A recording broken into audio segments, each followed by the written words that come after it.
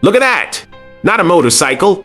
A rusted metal corpse, abandoned by time, paint peeling, bolts frozen solid, the engine completely dead. Most would walk away. Not today. One by one, the bolts are forced loose, rust is ground away, the engine is torn down to its core, black oil spills out, worn parts replaced, the frame reborn in fresh paint, and slowly the old beast rises.